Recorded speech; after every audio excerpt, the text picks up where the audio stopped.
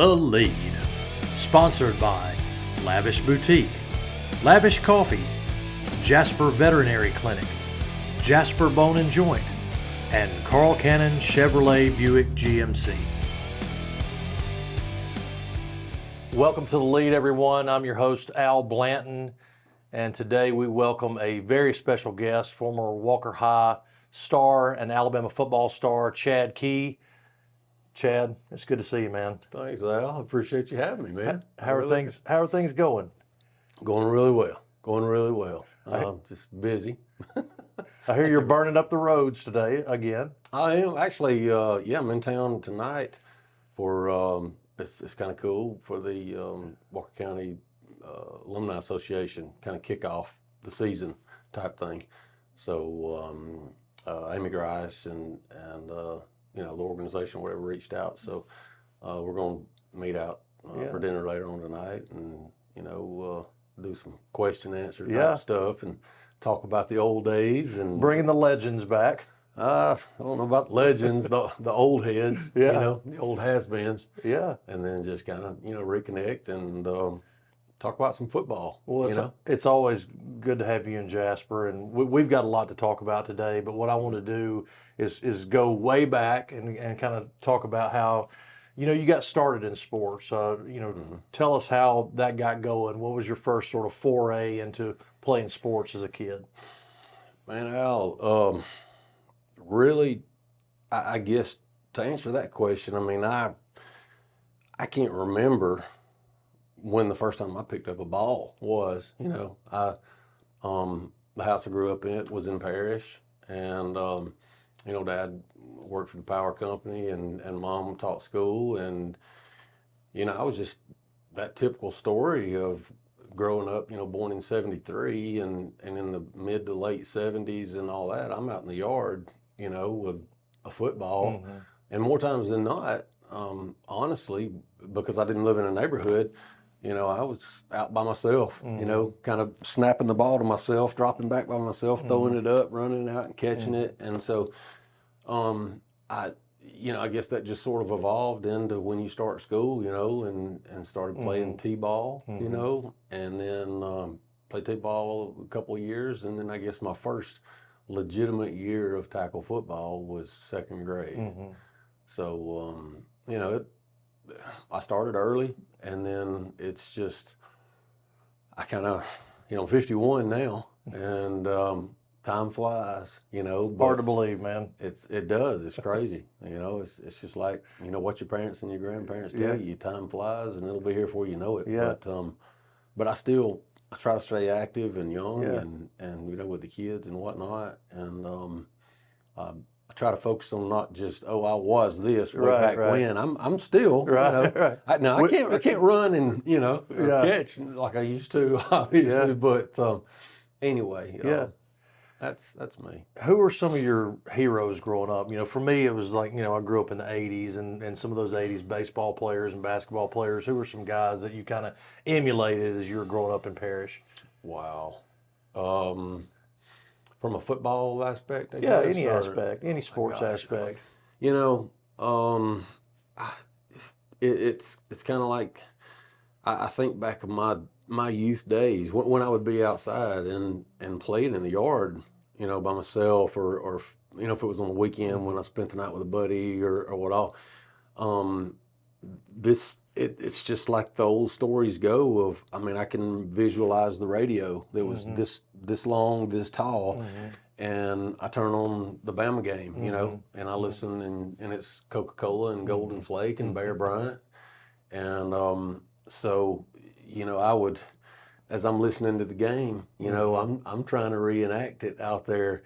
So, if it wasn't what I heard on Saturday, mm-hmm. and then, after church on Sundays, and us older people, I don't know if you even remember this, you're a little bit younger than me, but, you'd get home from church, and it was at 1 o'clock, from 1 to 1:30, it was, the Bama football review of the, you know, and Coach Bryant was, you know, hey, Bow, that's a ringer, you know, that's tackle made by so-and-so. He's from, you know, Alexander City, you know, and then from 1:30 to 2, it was the Auburn. Yeah. So you got your, you know, your hour on Sunday of college football, and then I was looking at the TV guide, the old TV guide of who's going to play Monday Night Football, you know, and the roster, if it was going to be the Dolphins.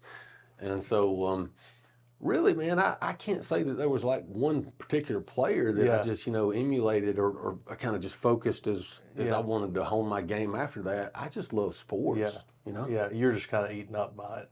Yeah. I mean, it was my deal, you know? I loved it. I was just blessed.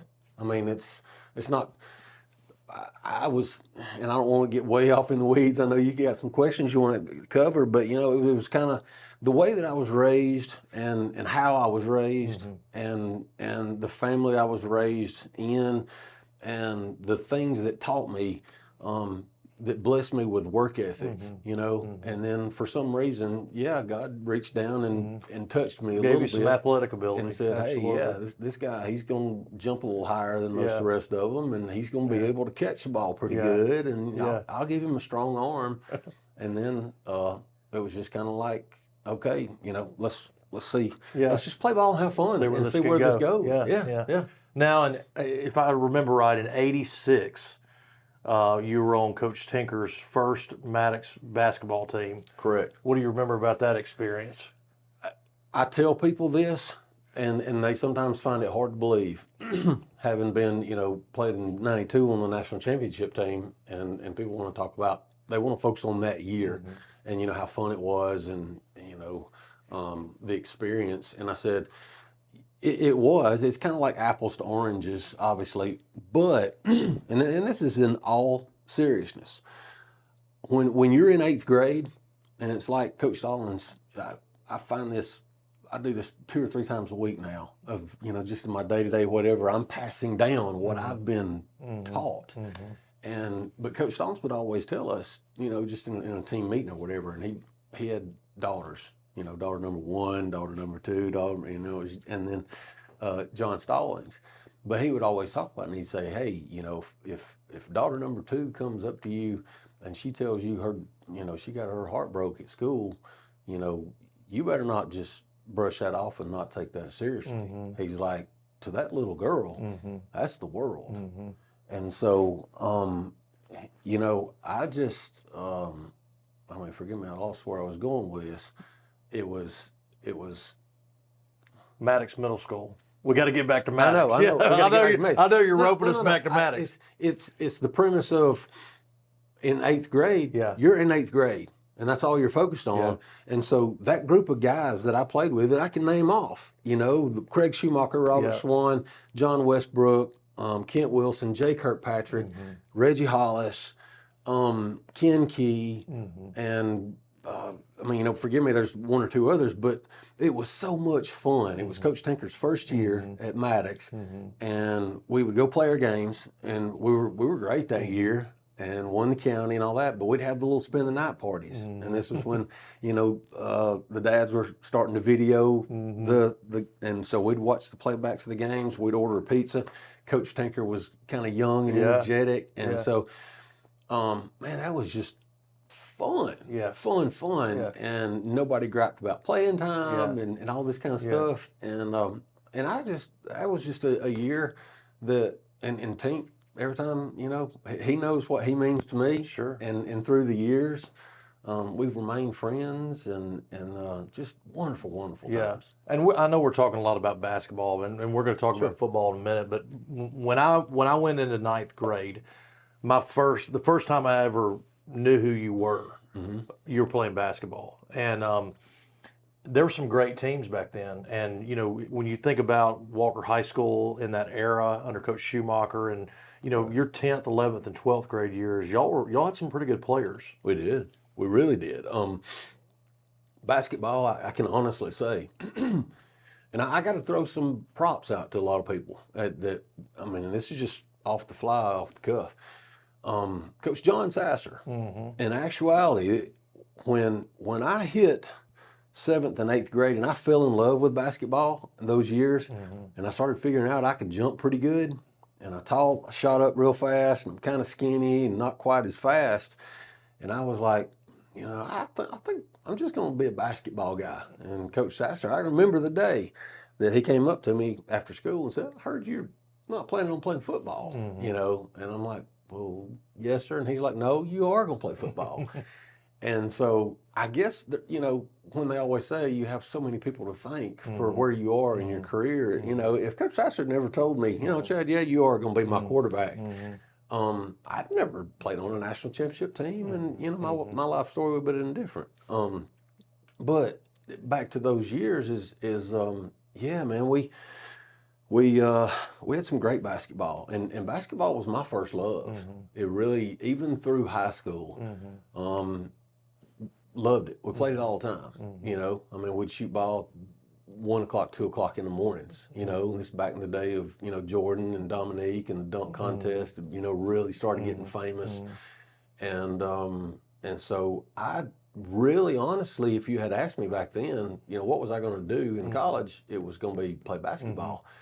But to talk about specifically our 10th grade year, it was in that era one of the best teams that Walker had. We had Chris Cummins at point and Stephen Fields, 2-guard. He had Harry Padbury, Brad Reynolds, at 3, and Padbury at 4, Shannon Pates at 5. I'm coming off the bench. And then there's other guys besides me. And we had a really stout team that year. And now, granted, and we all talk about, this was back when we were in the same region with Central, Tuscaloosa County, Hueytown, and Just Lanier, and us. And that region was loaded. Loaded. I mean, and they were a lot better back then than they are now. Yes, and in both respects of sport wise, basketball and football, we barely had enough students to be 6A was the largest back then. So we were always playing against schools that had way more. And even basketball, like Central Tuscaloosa had won 2 state championships in a row. They'd won like 50 games in a row back then. We had Pack the Pit and all that. They were the Harlem Globetrotters, dude. They were legit, know. But we competed. Yeah. We did. And it was one of Coach Schumacher's biggest heartbreaking losses, and well, all of ours too. But we made it to Tuscaloosa, and shoot, man, not the championship game, but I can't remember. I guess it was the semis. But we played well enough to win and had it locked up, and then it was just inbounds down on the baseline, and guy squirted loose and got it to him, and he dumped it in right at the buzzer, and we lose. And so, but that was real strong. That year. Well, you ended up playing football, and was that sort of a foregone conclusion when Coach Stalling started to come recruit you, or were there other schools that were kind of in the mix during that time? Well, as my junior and senior years happened and transpired, and this is the old days before social media and highlight films, and that kind of thing, and I guess old school recruiting of if college coaches just heard about a kid or whatnot. And so how I was discovered or whatnot was we were playing Central Tuscaloosa down there, and then naturally Bama's recruiting, a couple of guys off of Central's team, and we played them hard, played them well, and I threw for just a couple hundred yards, or nothing great, but enough to just kind of turn their heads a little bit of like, hey, who's this guy? 45 minutes up the road, and so I guess just to try to condense this and make it long story short is, that's when they started recruiting me. And obviously when you're a little kid that plays in the backyard, listening to the radio and Bear Bryant and Golden Flake, and when it's Alabama, it's like, oh my gosh, and so this is serious. This is serious. Yeah. So now UNA, Troy, I got those offers. And then, as a matter of fact, right at the very last, before the Thursday before I went to Tuscaloosa to take my recruiting visit for the weekend, Coach Bartow called me from UAB, and wanted me to come play basketball at UAB. And I remember him telling me, go on your visit this weekend, and if you like Alabama, then good luck to you. That's because I want you to go with your heart. And all it took was basically just loading up my van and going over to Bryant Denny, and then when they walk us through the corner of the end zone, and you look up on the old school digital board, and it says Chad Key, Jasper, Alabama, flashing up there. That's just like glory, hallelujah. Yeah. So, but to hurry and finish this portion, I guess, is they recruited me, but I was the class of 91. I graduated in 91, and that recruiting class was loaded with David Palmer, Sherman Williams, Damian Jeffries, Curtis Brown, Van Baden, Sam Shade, Tommy Johnson, just Stallings and Coach Ross. They just did a phenomenal year that year of just packing talent in. And so inevitably the biggest heartache was when Coach Mike Solari, that was the offensive line coach in Tuscaloosa, didn't stay but for a couple of years, called me and said, Chad, I know that we really want to sign 2 quarterbacks this year, but we've got so many talented guys and we only have so many scholarships. And I can't offer you, but we want you to walk on. And, we want you to come live in the dorm and eat with, the players and all this. And so was I hurt and disappointed? Yes. I mean, I was. I can remember dropping down, on my knees at the Sheraton on my visit after seeing my name on the scoreboard, just saying, Lord, I know I've messed up and I'm not a perfect kid, but if there's one thing, please let them offer me a scholarship. And, it didn't happen, but after, and I have to give credit here again, I tell this story a lot, or as often as I can, when I was inducted in the Hall of Fame here in Walker County, after the heartbreak, I guess, of a day or 2 or 3, I came in and asked my mom. I was like, Mom, what really should I do? And Mom told me, she's like, don't ask me. I want you to do what you want to do. And I just knew if I didn't take that opportunity or that chance, which there again, Coach Stallings would always teach us or preach to us and embed us is, man, all you ever need is a chance. Whether it's a job interview, whether it's, if you're asking a girl on a date or whatever, all you ever need is just a chance, and he would relate it obviously to football. Hey, this Saturday we have a chance at 2:30 against LSU Tigers to show the nation what we're made of, is I took that chance because I just didn't want to live the rest of my life wondering what if, man, So I took that mentality to Tuscaloosa and I said, I'm going to give it every bit I got. So one thing I'm interested in is how did you move over from quarterback to receiver? Okay.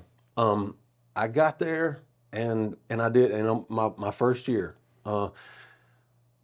started practice and it was a lot of people that followed the team closely that year and followed practice too. It was kind of also like, hey, who's this kid from right up the road? Because at the time, it was Danny Woodson and Jay Barker. And then they'd signed Brian Bergdorf. We were the same age. But Brian was 170, 175, not the biggest arm coming in. And so in practice, I was throwing routes with, along with Danny and Jay. And so it was kind of like a 3-man battle sort of deal. But that season rolled. Danny got injured. Jay kind of got his feet wet. And then rolling into the 92 year was when Jay really had a leg up. And so that was when, obviously, everybody that watched and maybe even studied more into Coach Stalin's philosophy of football that he still, till his last days, is going to believe is if you run the ball and you stop the run and you don't turn the ball over, 95% of the time you're going to win the ball game. And that was our mentality. That was the style of ball that we played. Even though Spurrier was slinging it around and scoring 48 and 50 every week. But that was kind of how we played ball. And so Jay had solidified himself. And really, when we won it in '92, there was a lot of squeakers. We barely got past La Tech and 13-0. Vandy 25-9. Yeah. Palmer would return a punt return, and we'd kick a field goal, Proctor kick a field goal, something like that. So we squeaked, but we just won. We won, and we put ourselves in that position to close that deal against Florida, over in the first SEC championship game, and then go on down to New Orleans. And Bill Oliver did a masterful job of playing defense against Gino Toretta and their old air raid offense. And so that's just kind of how we closed the deal that year. And so, but I'm sorry, back to your question, is after that season, is Prince Wimby graduated, Curtis Brown tore his ACL in the rec center playing basketball. And so they were low on receiver numbers. So it was literally a week before two-a-days started that next season, and they told me, Coach Stallings want to see you in his office. So went up, and I was like, oh my goodness, it's like going to the principal's office on steroids. Yeah, except worse. Yeah. And it was when he just said, hey man, he's got the corner office down there. And he said, I was just kind of looking out the window at y'all throwing and catching the other day. He said, you catch the ball pretty good. And I said, well, Coach, I don't know if it was because of all of my basketball years. You really don't see a lot of basketball players with bad hands. And I said, Coach, it's just always kind of been just second nature to me, catching the ball. And so he said, did you know where he was going with this conversation? Or no, I didn't. Because listen, keep in mind, I'm kind of labeled or looked at as the 6'4.5", 6'5" at the time, 195-pound, not fleetest of foot, pocket passer guy esque. And so if you had told me when I was growing up, hey man, you're gonna play wide receiver in the SEC one day, I'd have been like, and you're crazy, But he said, have you ever thought about playing receiver? And I just said, Coach, I just want to play. I don't care. Just get me on the field. And so that's when he said, well, hey, I'll tell you what, go down the hall and talk with Coach Woody McCorvey, and let's see how it works. And then so, long story short on that is I got to give props to a friend, Roman Colburn, and he was like a second or third string receiver, didn't play a whole lot, just a special teams kind of guy. Was selfless enough and a good enough friend as I went, and I'm like, Roman, dude, I know nothing about playing wide receiver at all. Can you please let's go outside and you just go through the steps and the small. And he was like, yeah, man, let's do it. And that was a selfless act, because people don't realize you got 140 kids on a team that are competing every day at practice for field position. And so Roman, just in essence, was helping me out. And then when practice started, man, once I got my routes kind of polished, and then cerebrally, I coming from a quarterback perspective, I knew defenses. I was kind of a little more ahead of the game. It was just a matter of getting open. And when I turned around, if the ball was in there, dude, it was a catch. And I don't mean that braggadociously, but it was just, I was going to catch the ball, and that was my job. And that's your mentality. You got to have that mentality. And Coach McCorvey too. When I went and saw, he said, to play for me, Chad, I make it simple, man. You gotta give me 100% every play, and especially on the running plays. I want you to block your tail off, which we took great pride in it. it still fires me up to see a wide receiver down the field. I mean, because you're exposed out there. It's you and the DB. And if you lock that DB up, and, you know, that's the difference in a first down and a touchdown. And so, and then his third thing was like, and when the ball's thrown to you, man, you got to catch it. So if you can do those three things, Chad, you can play for me. And thankfully to Coach McCorvey, he made it happen. You know, he didn't just put me on the sideline and let Palmer and Kevin Lee and some of those guys. Man, I was in the rotation and I was in the mix, and then, you know, was able to start some games, you know, my junior and senior year. So I do want to talk about the Sugar Bowl New Orleans, because I mean that is the creme de la creme of, you know, that era. And what amazes me, and you know, I was a 15-year-old kid, you know, 14-year-old kid when that happened, and it seemed like it had been forever since Alabama won the national championship. And what was incredible to me about it was not many people outside of the Alabama football team thought that Alabama was going to win that game. And my question to you is, what kind of mentality did y'all have going into that? Because I mean, you had this, like, I mean, it was like the evil empire, Miami, and how do you overcome that mentally? I mean, you've got Lamar Thomas popping off and, you know, saying things in the press, and what was the Alabama mentality when you're in New Orleans? Well, I'm gonna tell you, it's funny. I was just talking about this an hour or two ago with another gentleman here in town, and these were back in the days, man, of you know, they want to talk about the transition of Saban and now where we are and going, and you know, and I try to remind them of, you know, from 95 to 05 weren't the greatest of years, you know, in Tuscaloosa, and that mystique, I would say, kind of left us a little bit. But while we were there, and it's true, I mean, winning's contagious and losing's contagious. And once we won, and once we were trained, and once we bought in, we never, I guess, flinched.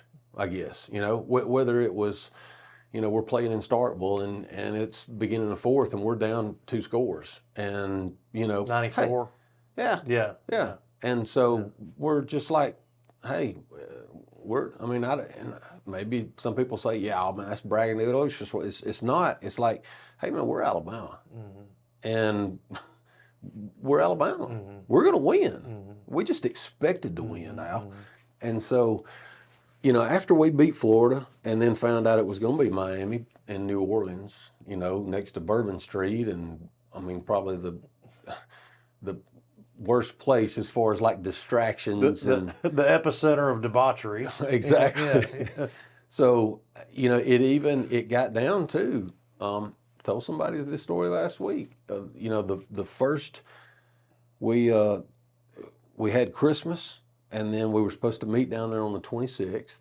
We didn't. The captains always got to choose if we would fly down together, or the bowl would give you per diem money. This was before NIL, and you could get a per diem. About $50. Yeah, they gave us some gas money to get to New Orleans. So we all get to New Orleans, and you know, there was a couple of really bad incidents too. Mike Rogers, our starting inside linebacker, was in an automobile accident, held him out of the game. Roman Colburn, that I mentioned previously, his parents and sister were in an accident, and he lost his sister in that accident. So to say it was an emotional week is a tremendous understatement. But we all get there. There was a traffic jam getting into New Orleans. There was some construction or a wreck coming into the city. We all get there, I guess, a little bit later than what we're supposed. We had the Superdome reserved off to practice. And finally, when we get there, nobody's in a good mood. Everybody's ill. And so we get through practice, and then finally, you know, they turn us loose. And so obviously it's 2 big cities, 2 big fan groups converge in whatever city it is, your typical bowl game. And man, we knew it was coming. We knew Miami. Prince Wembley that I mentioned earlier is from Miami, Florida. So that's where he's from. He knew it. He knew a lot of the guys kind of personally, playing up and against them in high school. And we knew how Prince was too. And he had a little bit of that swag to him. you know, I guess just from being raised in South, you know, Miami and Dade County. But it, sure enough, man, we get out on Bourbon Street and it goes down. And, cause the smack talking started, and, you know, Rohan Marley and Jesse Armstead. And I remember it like it was yesterday, you know, and it got ugly, and they had to call the cops. And from right then, we basically let them know, we don't care who you are, okay? We're Alabama, and and we're here to win. And so I'm not going to say we won the game that night, but we let them know that, hey, we're here and we're going to punch you in the mouth. And so we just had our due diligence, structured practices as coach, you know, always had. Business trip. Absolutely. Yeah. That's what he would say. Yeah. And that was the focus. It's like, guys, this is a business trip. Yeah. There's a lot of distractions around here every night. You know, they're gonna carry you over here to this restaurant and this and all these other kind of stuff. But man, we're here to do a job, you know. And that's one of the hardest jobs for a college coach to do, is telling a bunch of, you know, 18, 22-year-old kids that, you know, have never seen cities, you know, whether it be Orlando, going to Disney World or SeaWorld or whatever, is you want to enjoy it, and it is a reward for the season, but it's a huge close to the season, even if the chips and the stakes are high, you know, for a national championship, but also rolling into the next year of momentum, you know, and recruiting, and so, but we handled business. We took care of business. Well, I think what it comes down to, and we're going to have to wrap up here in a minute, but I think what it comes down to is you knew what you had as a team. Right. You know, you knew you had the players. Right. And that's ultimately what it comes down to, and that itself breeds confidence. Right. Yeah. We did. I mean, there was no doubt that, especially on the defensive side of the ball, you go back and we name off all those guys, from Eric Curry to John Copeland, James Gregory, Derek Oden, Lemansky Hall, Antonio London, Teague, Sam Shade, Tommy Johnson, you know, Chris Donnelly.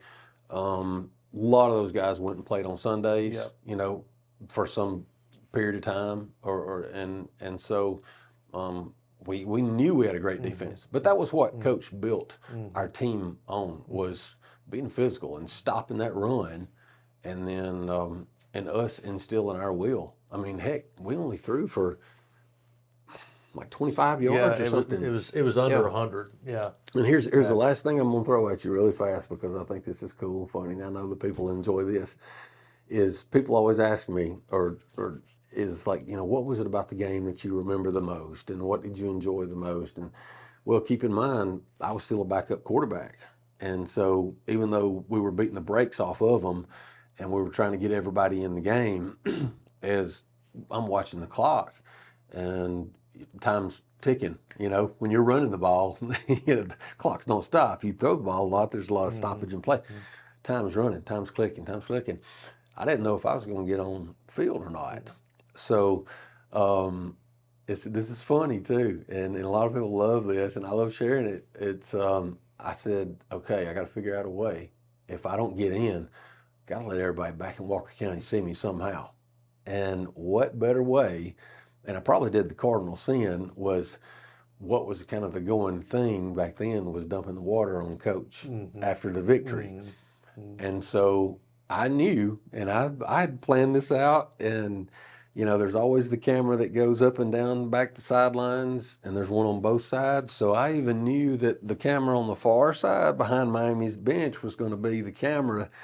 So so myself and one other guy, we let this camera guy know that, hey, what's up, what we're fixing to do, prepping it and all that. So if you get a chance, go back and watch it. Now that I can give you the behind-the-scenes stories, is Keith Jackson saying, "Oh, that's Chad Key, that backup quarterback from, you know, Jasper, Alabama."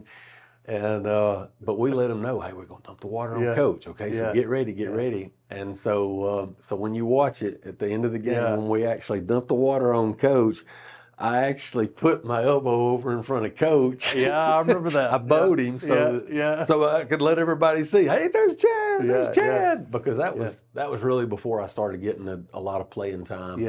And making a real contribution on the field to the team. Yeah. But that until I started playing, I was known as, I guess, the water boy. But anyways, it was great times, fun times. Yeah.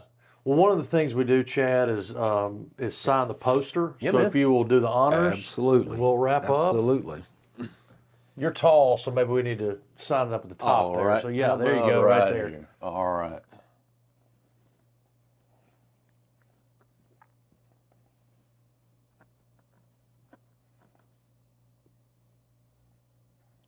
There it is, number 19. Yes, sir. 92 to 95. All right, man. The old days. Good days. Good old days. Blessed. Chad, Blessed. thanks so much, man. Oh, it's my pleasure. Really appreciate you coming on, and I'm glad this worked out that we could do this today. So you've made Walker County very proud. So Well, shoot, man. I appreciate it. And in all seriousness, I mean, this is home to me, you know, and that's one thing I've kind of always I try to hold true to is what my parents taught me. It doesn't matter where you come from, doesn't matter what color you are, doesn't matter how much you got in your wallet. Yeah. You know, we're all serving one. That's right. Or should be. That's right. So this is always home to me. It's always great to swing through and visit and see old faces. And but I appreciate. Is this an old face? No, you're not old yet. You know, it's it happens to us. It does, you know? man. It does. It happens. It does. But For Chad Key, this is Al Blanton. Pick up the latest copy of 78 Magazine at a local store near you, and we'll see you next time on The Lead. The Lead, sponsored by Lavish Boutique, Lavish Coffee, Jasper Veterinary Clinic, Jasper Bone and Joint, and Carl Cannon Chevrolet Buick GMC.